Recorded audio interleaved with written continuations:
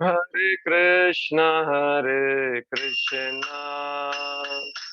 Krishna Krishna, Hare Hare, Hare Rama, Hare Rama, Ram Rama, Hare Hare, Hare Krishna, Krishna, Krishna Krishna, Hare Hare, Hare Rama, Hare Rama, Ram Rama, Hare Hare, Hare Krishna,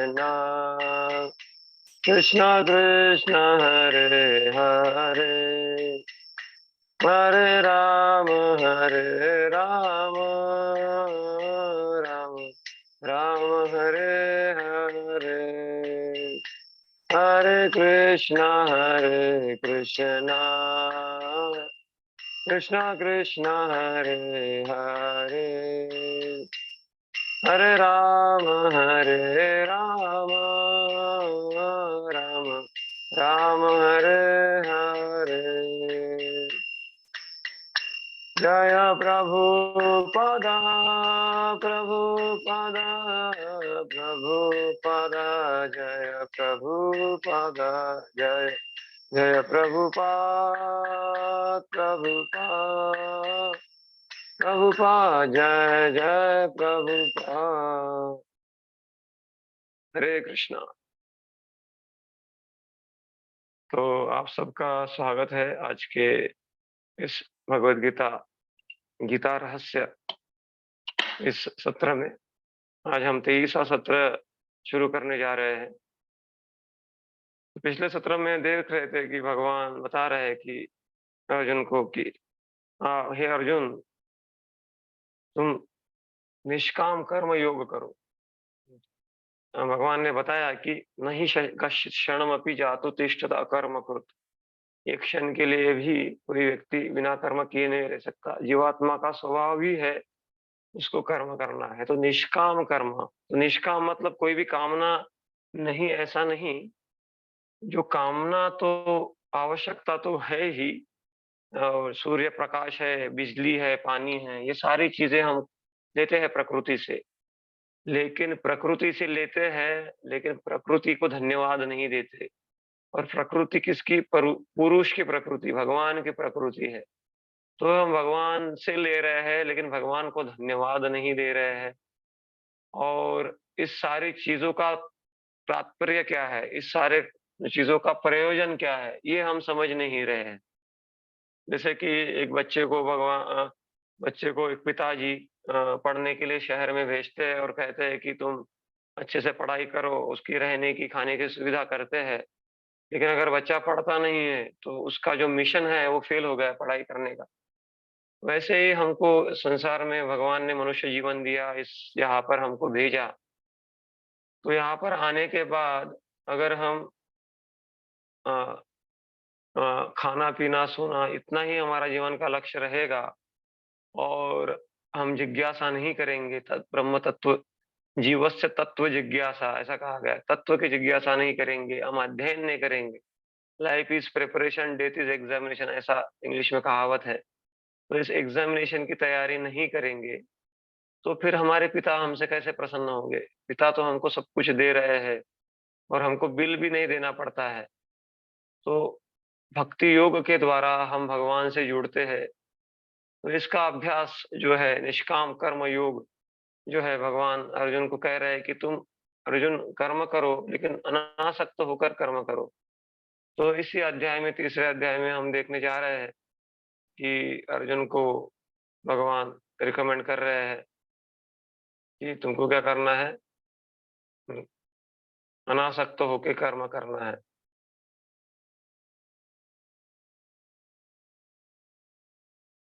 तो यहाँ पर प्रश्न पूछा जा सकता है कि निष्काम, अगर व्यक्ति पहले ही निष्काम कर्म योगी है, तो उसको काम करने की क्या क्या जरूरत? उसकी कोई कामना ही नहीं है। तो इसका उत्तर भगवान देंगे कि भगवान निष्काम कर्म योगी को भी कामना करनी चाहिए, कार्य करना चाहिए। लेकिन वो जो कार्य होता है, वो अनासक्त भाव से करना चाहिए और एक उद्देश्य से को लेकर करना चाहिए। तो उसके बारे में 17वें श्लोक से 25वें श्लोक में भगवान बताते हैं कि आपको एक आदर्श स्थापित करने के लिए कार्य करना चाहिए। और 26वें श्लोक से 27वें श्लोक में कहते हैं कि हमको अज्ञानी जीवों के साथ में कैसे व्यवहार करना है, ये भी भगवान बताते हैं।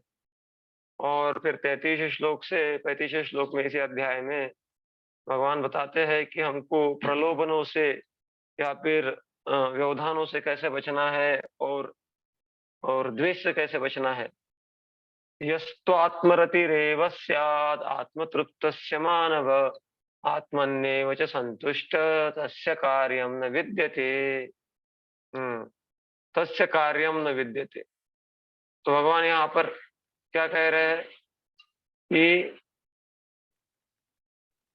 जो आत्मरति आत्मा में रति प्राप्त किया है, आत्मा में तृप्त है और आत्मा में संतुष्ट है।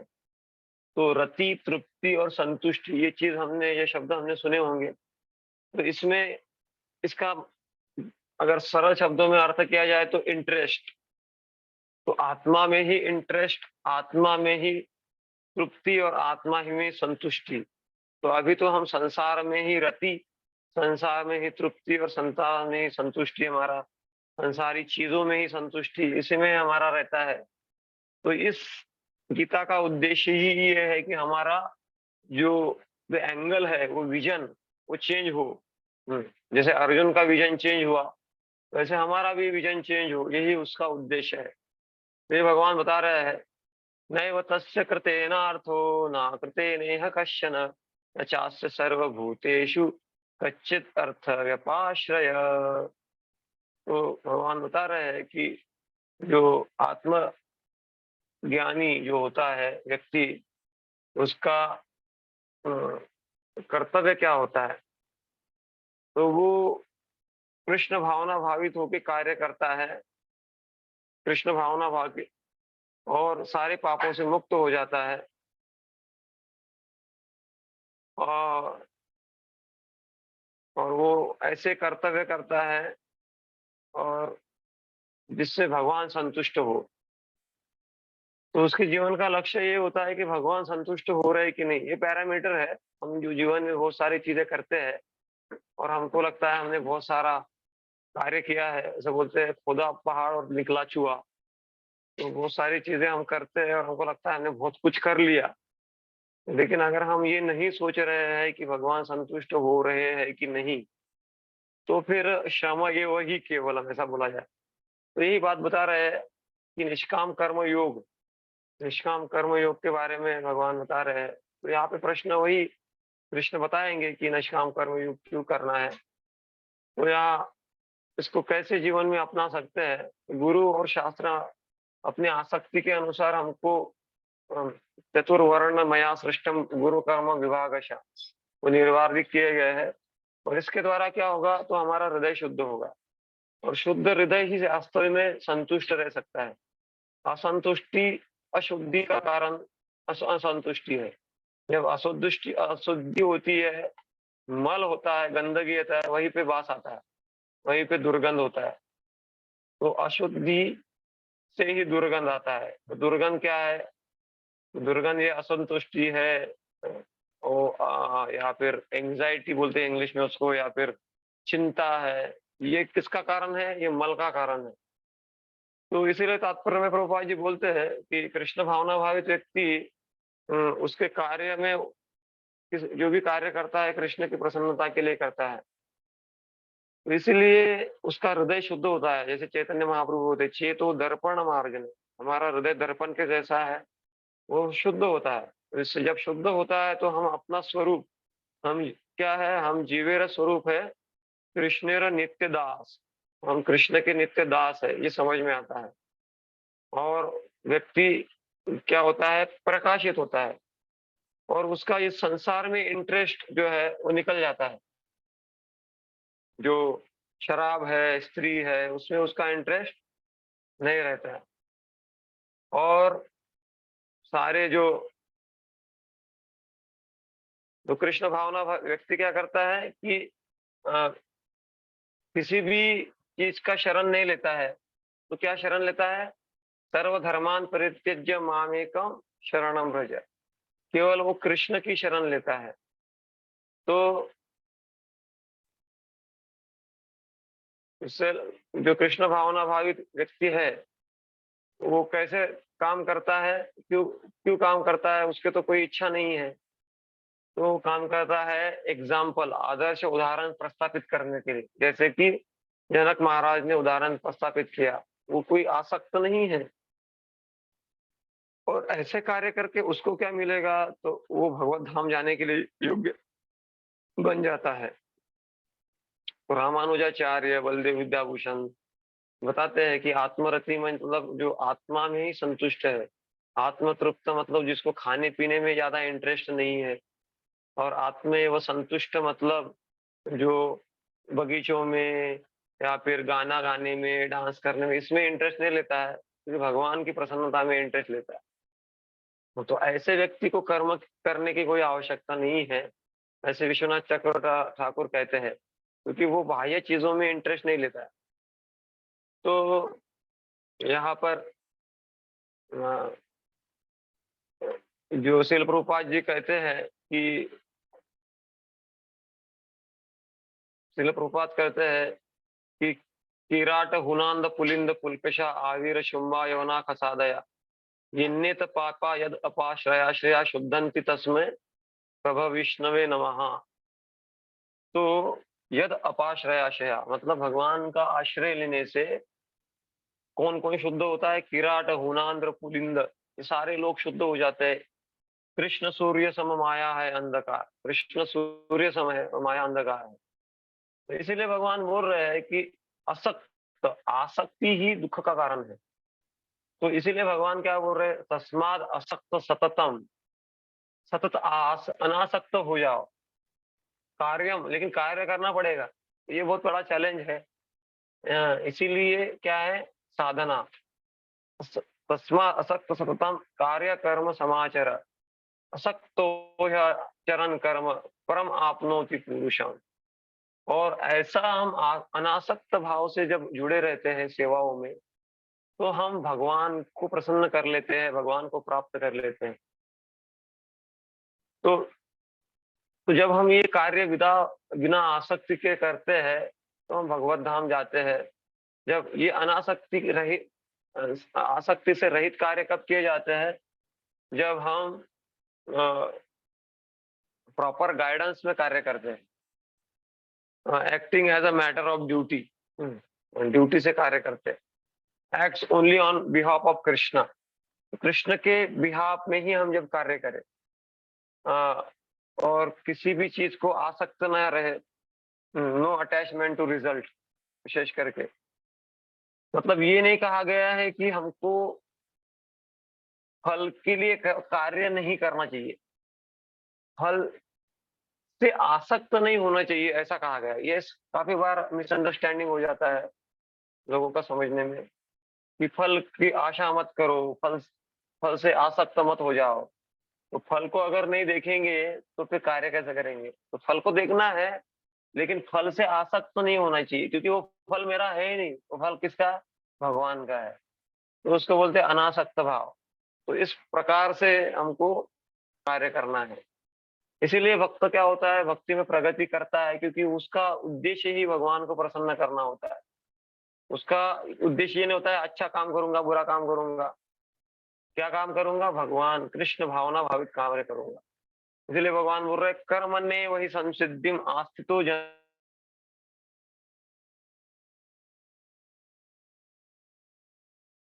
जनकादय लोक संग्रह में बात मतलब, लोगों को एक आदर्श प्रस्थापित करने के लिए जनक महाराज का उदाहरण दे रहे हैं कृष्ण भगवान। तो ये उदाहरण प्रस्थापित करना हर एक का कर्तव्य है, कि हर व्यक्ति कुछ ना कुछ स्तर पर, ये जो लीडर होता ही है, तो उसको प्रयासरत रहना चाहिए कि वो कितना ज्यादा से ज्यादा अपने व्यवहार से कुछ उदाहरण प्रस्थापित करे। हालांकि जनक महाराज तो महाजन है, लेकिन हम क्या कर सकते हैं? अनुकरण तो नहीं कर सकते। लेकिन अनुसरण ज़रूर कर सकते हैं। एक बेबी स्टेप्स तो ले ही सकते हैं। तो इस प्रकार से एक-एक स्टेप लेकर हम आगे बढ़ सकते हैं। लेकिन अगर हम उल्टी दिशा में चलने लग गए हैं तो इसीलिए ये ज्ञान की बहुत आवश्यकता है। ज्ञान होगा तो रास्ता पता चलेगा, तब तो हम चल सकते हैं आगे। तो इसीलिए कृष्ण भावना भावित व्यक्ति जानता है कि कृष्ण की प्रसन्नता में ही मेरी वास्तविक प्रसन्नता छुपी हुई है। इसलिए भगवान कह रहे हैं इस श्लोक में, यद यद आचरति श्रेष्ठ तद एवेतरो जनः स यत् प्रमाणम कुरुते लोकस्तद अनुवर्तते। तो स्वाभाविक सामान्य जनों का ये स्वभाव होता है कि वो आगे देखकर ही व्यवहार करते हैं। मेरा लीडर कैसा व्यवहार कर रहा है, मेरा टीचर कैसे व्यवहार कर रहा है, मेरे पिताजी कैसे व्यवहार कर रहे हैं। तो ये देखकर ही व्यक्ति का व्यक्तिमत्व बनता है, ना कि क्या उसको हम पढ़ा रहे हैं। पढ़ाना तो एक एक वन ऑफ द एस्पेक्ट, मतलब एक भाग है शिक्षण पद्धति का। काफ़ी कुछ चीज़ें हम देख-देख कर ही सीखे हैं। हम कुछ लोगों को हमारा लीडर बनाया और हम उनसे देख के सीखे हैं, और हमसे देखकर लोग सीख रहे हैं। एक तो अच्छे व्यक्ति बन रहे हैं या तो बुरे लोग बन रहे हैं, जिस प्रकार से हम लीड कर रहे हैं। इसीलिए प्रभुपाद प्रहलाद महाराज कहते हैं कि अंधान गतान देव उपनीयमाना। ये समाज क्या है, अंधे लीडर और उसके पीछे सारे अंधे लोग जा रहे हैं। लीडर गड्ढे में गिरा तो सारे अंधे लोग जो है गड्ढे में गिरेंगे। तो इसको अगर परिवर्तन करना है तो गीता का ज्ञान को जीवन में अपनाना बहुत इम्पोर्टेंट है। तो यही है, वो जो भगवान है जनक महाराज का उदाहरण तो दे ही रहे हैं। तो साथ-साथ में हमारे आचार्य जो है वो भी है, लीडर्स है। आचार्य का मतलब ये होता है जो अपने आचरण से सिखाता है। तुकाराम महाराज मराठी में बोलते हैं, "बोले जैसा चाले त्याची वंदावी पाऊले।" तो ये बोलने जैसा चलना, ये हमारा लक्ष्य है जीवन का वास्तविक देखा जाए। क्योंकि हम जो है देह में फँसे हुए हैं, खुद को शरीर मान रहे हैं, तो बोलने जैसा चलना ये हमारा लक्ष्य है। लेकिन प्रयासरत तो रहे। हम आचार्यों ने जो बताया उसके लिए प्रयास तो करें। तो इससे क्या होगा, हम अपना जीवन तो कल्याण होगा ही, हमको जो फॉलो कर रहे हैं, जो हमसे आदर्श ले रहे हैं, उनको भी क्या होगा, आगे बढ़ने में, जीवन में, भगवत धाम जाने में मदद होगा। यही भगवान बता रहे हैं यहाँ पर। तो वो अना जो जो आस्था साक्षात्कारी व्यक्ति होता है, वो कार्य तो करता है, लेकिन उसका हृदय उसमें आसक्त नहीं होता है। उसको जब बोला जाता है कि आपको दूसरी सेवा करनी है, तो वो तुरंत तैयार हो जाता है। दूसरा कार्य करना है, दूसरी सेवा करना है, ये आपकी आवश्यकता है। तो वो क्या होता है, अनासक्त भाव होने के कारण उसको कोई समस्या नहीं होती। लेकिन इस संसार में क्या देखा गया है कि लोग कुछ भी करते हैं तो उसमें आसक्त हो जाते हैं, फिर छोड़ने के लिए तैयार नहीं रहते हैं। हाँ, और फिर उनको फिर छोड़ने के लिए गोली मार दिया जाता है। ये छोड़ नहीं रहा है तो उसको गोली मार दो, तब वो छोड़ के जाएगा। तो ये अनासक्ति ही गीता सिखाती है। इसीलिए इस प्रभुपाद जी तात्पर्य में कहते हैं कि लीडर का मतलब क्या आता है कि वो प्रैक्टिकली अपने बिहेवियर में तो कुछ लाए, तब जाके उसको लीडर कहा जाता है। और फिर वो लीडर फिर प्रैक्टिकल तो करे ही, लेकिन वो क्या प्रैक्टिकल करेगा, शास्त्र आधारित। शास्त्र में जो चीजें कही गई है वो प्रैक्टिकल, नहीं तो अपने मन से प्रैक्टिकल नहीं। और वो लीडर क्या होता है, एक जिम्मेदारी लेता है। किसी भी चीज की जिम्मेदारी लेता है। जिम्मेदारी लेने के बाद में वो ये नहीं बोलता है कि अभी ये मैं नहीं करूंगा। वो लीडरशिप का ये रहता है। और वो कभी मनमानी नहीं करता है। जो हो जो भी कार्य करता है वो शास्त्र सम्मत और भगवान की प्रसन्नता जिसमें हो सकती है, वही कार्य को वो अपने जीवन में स्थान देता है। उसके लीडर बोलते हैं, न मे पार्थास्ति कर्तव्य त्रिषु लोकेषु किंचन नानावाप्तमाप्तव्यम वर्त एव च कर्मणि। भगवान सिर्फ जनक महाराज का नहीं, खुद का भी उदाहरण दे रहे हैं। न मे पार्थास्ति कर्तव्य, ये पार्थ मेरा भी कोई कर्तव्य नहीं है। लेकिन फिर वो भी उदाहरण में प्रस्तुत कर रहे हैं, यदि ह्रियम न वर्तेय जातु कर्मण्यतेन्द्रितः मम वर्तमान वर्तन्ने मनुष्य पार्थ शरोषा। मैं भी इस कार्य करता हूँ, ये पार्थ। भगवान भी बच्चे का देखभाल करते हैं, रानियों का देखभाल करते हैं। इसीलिए भगवान बोल रहे हैं उत्सीदेयुर्मे लोकान् कुर्या कर्म चेदहं शंकरस्य च कर्ता स्याम् उपाहन्यामिमां प्रजा। जो कृष्ण कहते हैं कि कृष्ण जो व्यक्ति अपने निहित कर्तव्य को करता है भगवान को प्रसन्न करने के लिए, तो वो कोई इच्छा नहीं करता, फल की इच्छा। उसका एक ही इच्छा होता है कि भगवान प्रसन्न हो जाए, इसीलिए वो प्रयासरत रहता है। लेकिन वो नकल नहीं करता है किसी की। जैसे जो सूर्य होता है, सूर्य की हम नकल नहीं कर सकते।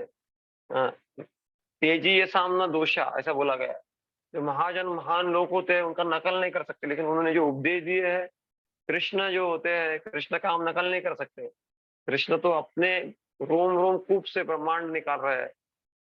न तस्य कार्यम करणम च विद्यते न तस्य सम अधिकश्च दृश्यते परास्य शक्तिर्विविधेव श्रूयते स्वाभाविकी ज्ञान बल क्रिया च। ये श्लोक आता है श्वेताक्षरोपनिषद में। तो भगवा परास्य शक्तिर्विविधेव श्रूयते, भगवान की शक्तियां अनंत शक्तियां है और हर वो चीज इस संसार की भगवान की शक्ति से ही नियंत्रित है।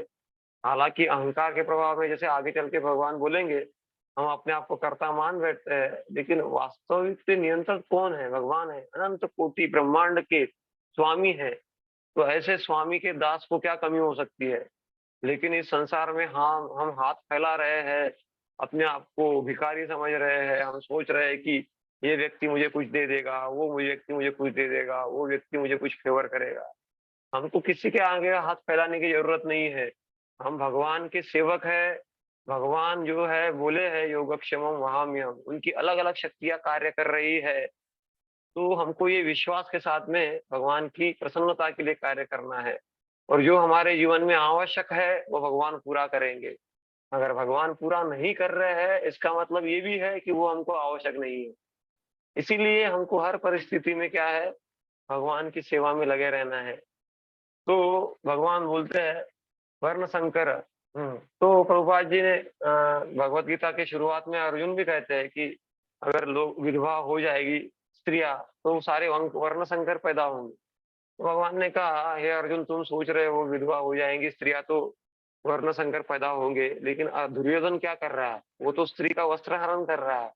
और वो राजा है, जैसा राजा है वैसी ही प्रजा होगी, और जैसी राजा वैसी प्रजा होगी। तो क्या होगा? स्त्रियों का शोषण होगा और वर्ण संकर पैदा होंगे। इससे अच्छा तो है तुम युद्ध करो और युधिष्ठिर महाराज के संरक्षण में सारी स्त्रियां रहेंगी, तो वर्ण संकर नहीं होंगे। तो इसीलिए हमको समझना चाहिए कि हमारा बुद्धि क्या है, लिमिटेड है, लेकिन भगवान का बुद्धि क्या है, अनलिमिटेड। इसीलिए कुछ चीजें हमको भगवान पे भी छोड़नी चाहिए, जैसे, और नकल नहीं करना चाहिए। जैसे शिव जी का उदाहरण दिया, शिव जी ने हलाल विष पिया, तो हम भी पीना चालू कर देंगे तो क्या होगा? इसीलिए हमको अपने अपने अधिकार के अनुसार ही कार्य करना चाहिए।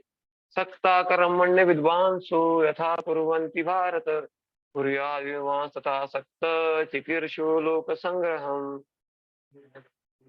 हाँ,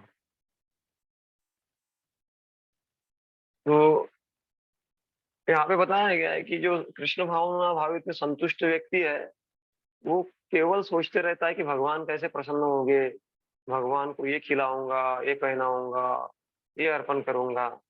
लेकिन जो इंद्र तृप्ति में लगा हुआ व्यक्ति है, उसके मन में कुछ विषयों के चिंतन ही चलता रहता है। इसीलिए ये इसका मतलब अर्जुन है, ये आत्म तत्ववेत्ता है, वो जानता है कि आत्मा का कल्याण किसमें है।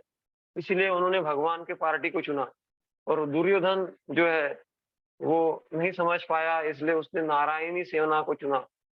तो यही है, स्वार्थ समझ नहीं पाता व्यक्ति जब अज्ञान में होता है। न बुद्धि भेदम जनयेत कर्म संगिनाम ज्योतिष सर्व कर्माणि विद्वान युक्त समाचरण। तो वो लोग क्या है, सुनने को तैयार नहीं रहते हैं, वाद विवाद करते हैं। उनको कहा जाए भगवत गीता लो, जैसे माता जी को कहा अब भगवत गीता लो, तो वो बोले कल लूंगी, मुझे अभी मत बताओ। या फिर वो कह रहे मैं अभी नहीं लूंगी। तो इस प्रकार से लोग, तो भगवान लेकिन कहते भी है कि ऐसे लोगों को थोड़ा डिस्टर्ब नहीं करना चाहिए, थोड़ा प्रसाद वसाद खिला के धीरे धीरे वो लोग जो है भगवान की भक्ति में आएंगे। वो ग्रेजुअल एजुकेशन के बारे में मतलब बोला गया है वेदों में भी। कि वो जैसे एक छोटा बच्चा का उदाहरण मैं दिया था कि कैडबरी चॉकलेट दिया जाता है बच्चे को ताकि वो स्कूल में जाए।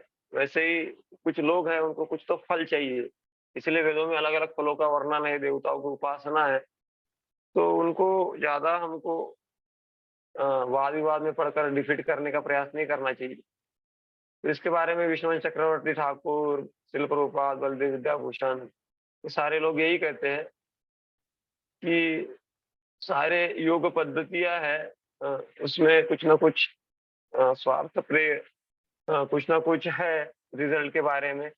लोग एकदम से भक्ति में नहीं आना चाहते, लेकिन एक वो एडवांटेज यहाँ पे बता रहे हैं कि कर्म में कर्म अगर हम निष्काम कर्म योग करने में भी कुछ क्वालिफिकेशन की आवश्यकता होती है।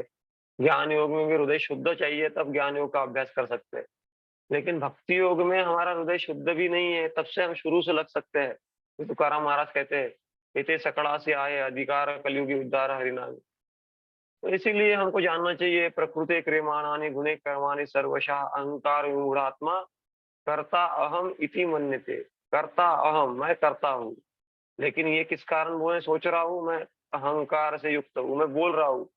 लेकिन उधर भगवान ने बोलने की शक्ति दी है, इसीलिए मैं बोल रहा हूँ। बहुत सारे लोगों को पैरालिटिक अटैक हो जाता है, तो बोल ही नहीं पाते। तो इसीलिए ये जानना चाहिए कि भगवान हमको कठपुतली के जैसा चला रहे हैं, और उन वो जितनी चाबी भरी राम ने उतना चले खिलौना, ऐसा बोला जाता है।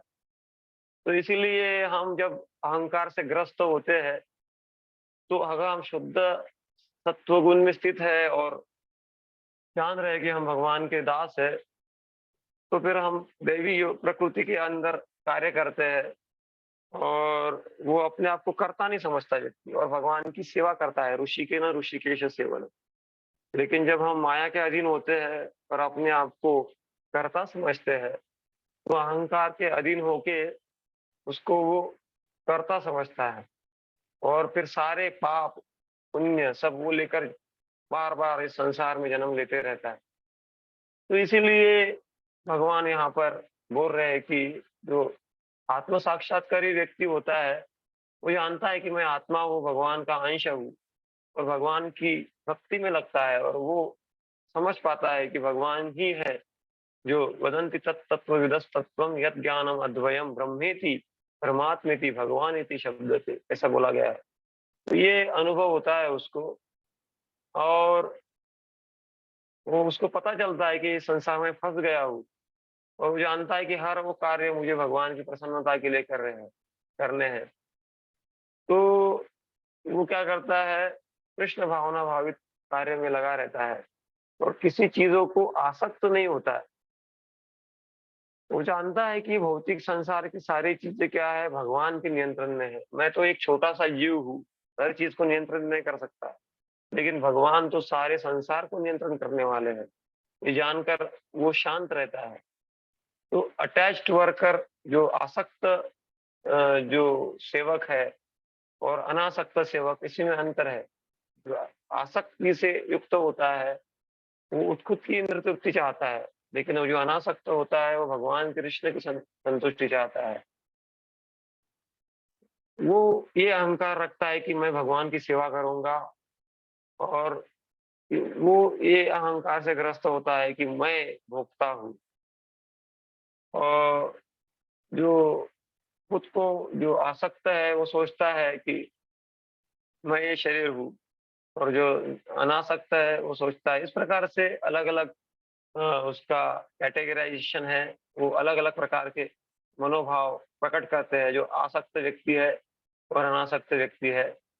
इसीलिए तत्ववित्तु महाबाहो गुण कर्म विभागयो गुना गुणेशु वर्तन्ते इति मत्वा न सज्जते। हम गुण के प्रभाव में है, वो जानता है प्रकृते गुण सम्मूढ़ा सज्जन्ते गुण कर्मसु तान कृष्ण विदो मंदा कृष्ण विन्न विशाले। तो जो अनासक्त व्यक्ति जानता है कि कैसे जो आसक्त लोग हैं उससे व्यवहार किया जाए। वो ज्यादा डिस्टर्ब नहीं करता उनको, उनको सिर्फ थोड़ा थोड़ा प्रसाद खिलाकर उनकी सुकृति बढ़ाते रहता है।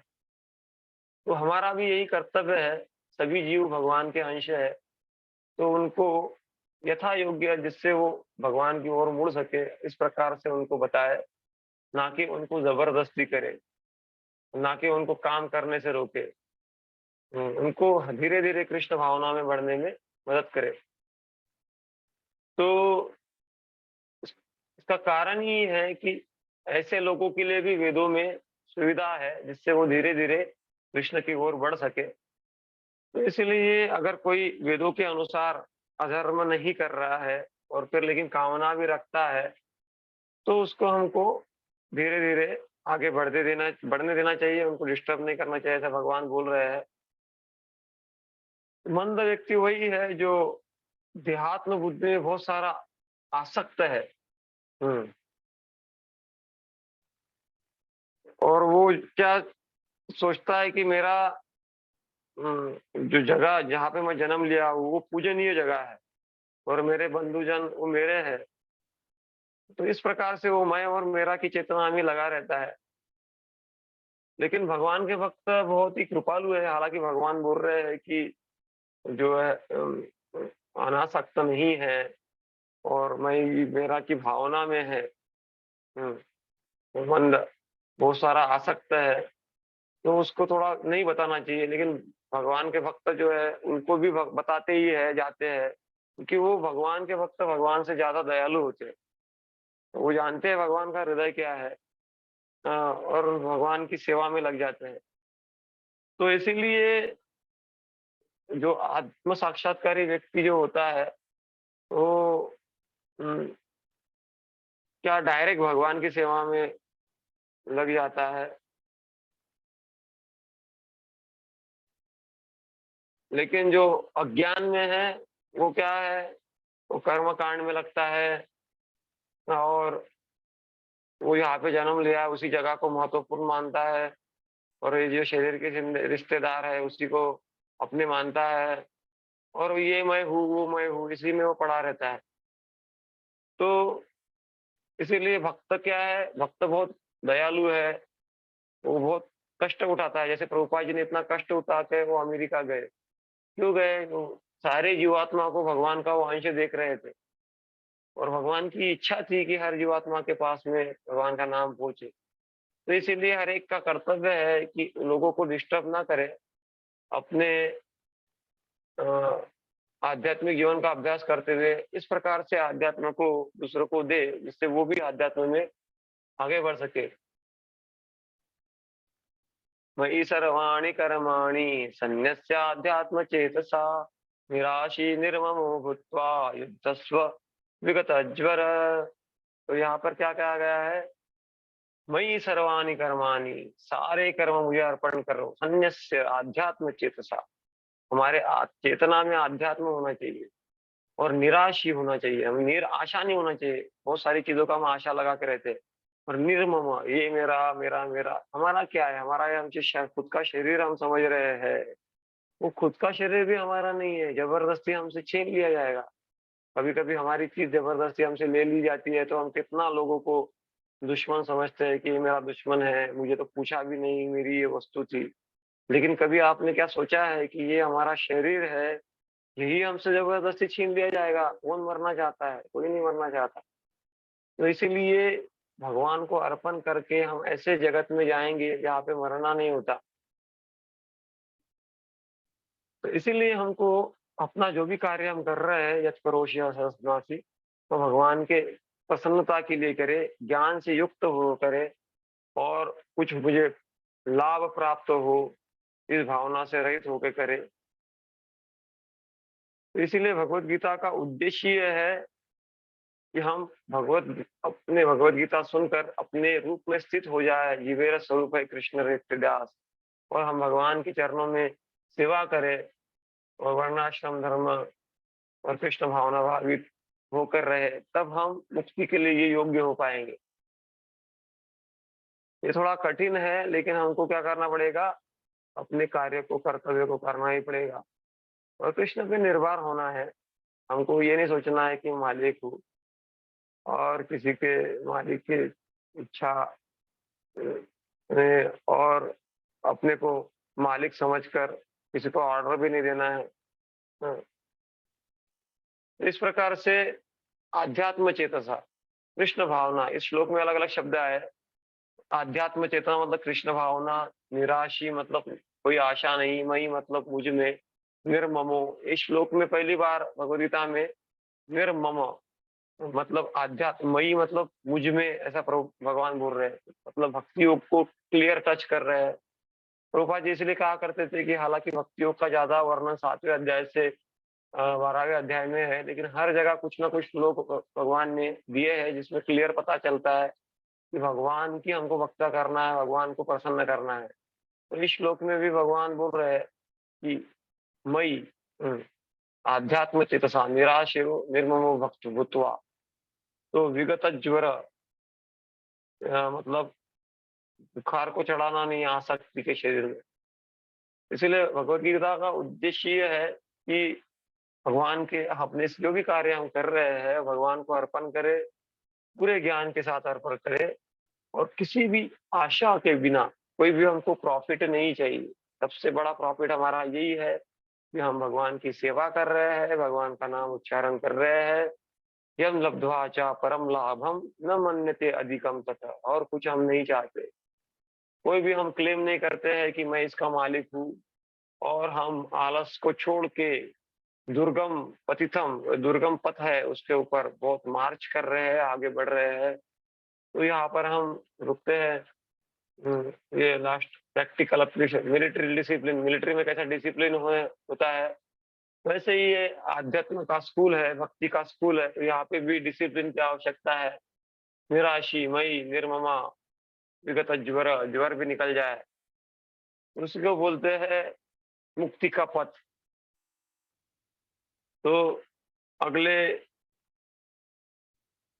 सत्र में हम चर्चा करेंगे कि भगवान के आदेश का पालन करने से क्या होता है और आदेश को नकारने से क्या होता है। उसके बारे में हम अगले सत्र में बुधवार को चर्चा करेंगे। हरे कृष्णा। किसी का कोई प्रश्न है तो हम बाद में लेंगे। हरे कृष्ण।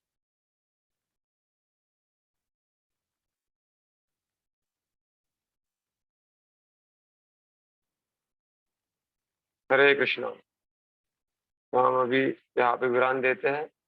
हरे कृष्णा कृष्ण कृष्ण हरे हरे, हरे राम राम राम।